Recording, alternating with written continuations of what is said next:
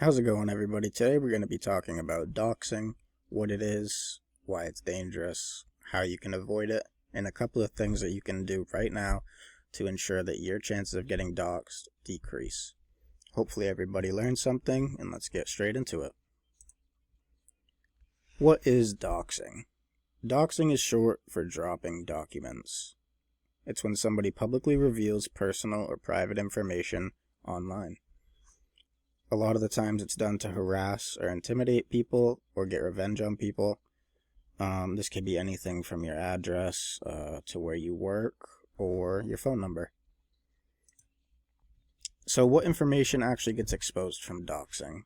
Doxing can be a big range of things, anything that they can get their hands on, ranging from your name, your address, your phone number, your email, your IP address, even your photos and private messages. If they can find it, and they have bad intentions, they can expose it. So let's get into why it's dangerous. A lot of times, doxing can lead to stalking or harassment, can cause real-world danger, such as swatting, and it affects mental health and your safety. After somebody gets doxed and they get their address leaked or something to that nature, a lot of times they just don't feel safe being at home anymore. So, they have to move or get upgraded security, do different things to make them feel at ease about being in their house. So how does it happen? Doxing happens from a range of different sources. Sometimes it can be from your public profiles. It could be a data leak or a breach. It could be one of your old hacked accounts. Or it could be a phishing scam. Most doxers collect info from what we post online. So they may also use phishing scams or search through public records. They'll build a profile on you before they go ahead and actually do a doxing attack. So a couple of things to keep yourself safe from doxing is to definitely don't overshare online. Just be careful what you post and who can see it. If you set your account to private, then you minimize the amount of people that are able to look you up and find different things about you. And if you go through, your followers list and you take off people that you don't trust, then you still shouldn't overshare, but you can be a little more lenient with what you do share. Another good thing to do is make sure you use a strong, unique password. Don't use 1, 2, 3, 4, 5, 6 for a password. Use something that you can remember and that it's not completely obvious. Make sure you enable two-factor authentication. A lot of times when doxing happens, there's no two-factor authentication enabled, so that just decreases your chances even more. We talked about setting your social media to private. That's very important because then nobody can search you up and see exactly what you're posting or where you are at a certain time. If you see an Instagram story with a location on it and you don't trust this person, then that can lead to some stalking, harassment, physical harm, things like that.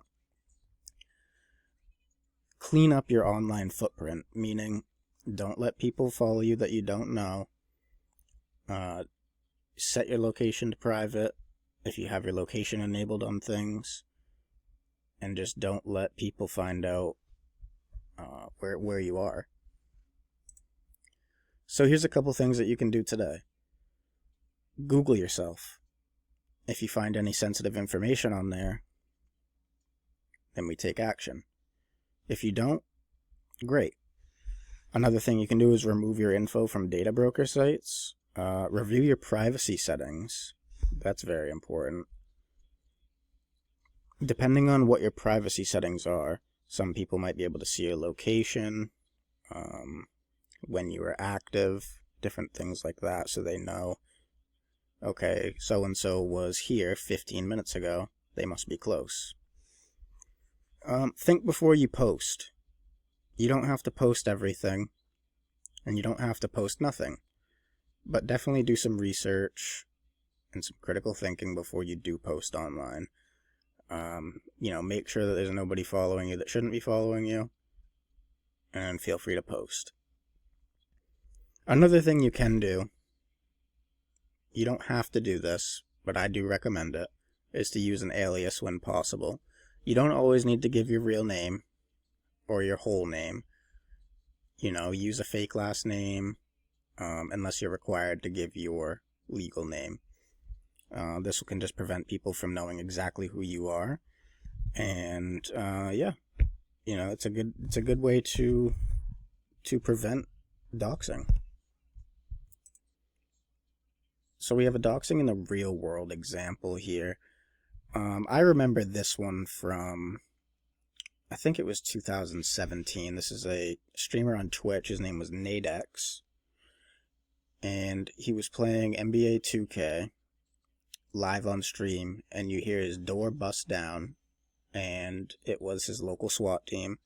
They had received a call from a doxer that was impersonating him, saying that he had just shot his family and there was guns in the house and to come get him. So they busted down the door, and that's a very dangerous situation you can find yourself in just because somebody leaked your address. They found your address and they're finding your IP or your address, and they call the cops on you, and you get a very, very dangerous situation in your house that you have nothing to do with, and they don't know that coming in.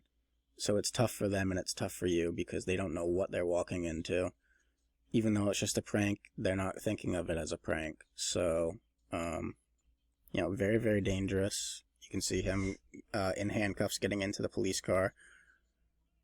I believe he went down to the police station for questioning, and after they did a little bit of looking into it, they realized it wasn't him. It was a doxing attack.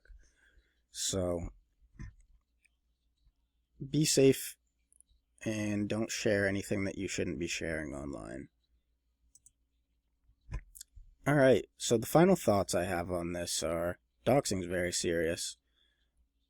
There are ways to stay safe, and the more aware you are, the better you can protect yourself and others. So, things we talked about that are very, very important. Set your profile to private. Think before you post. Use a VPN. Enable two-factor authentication.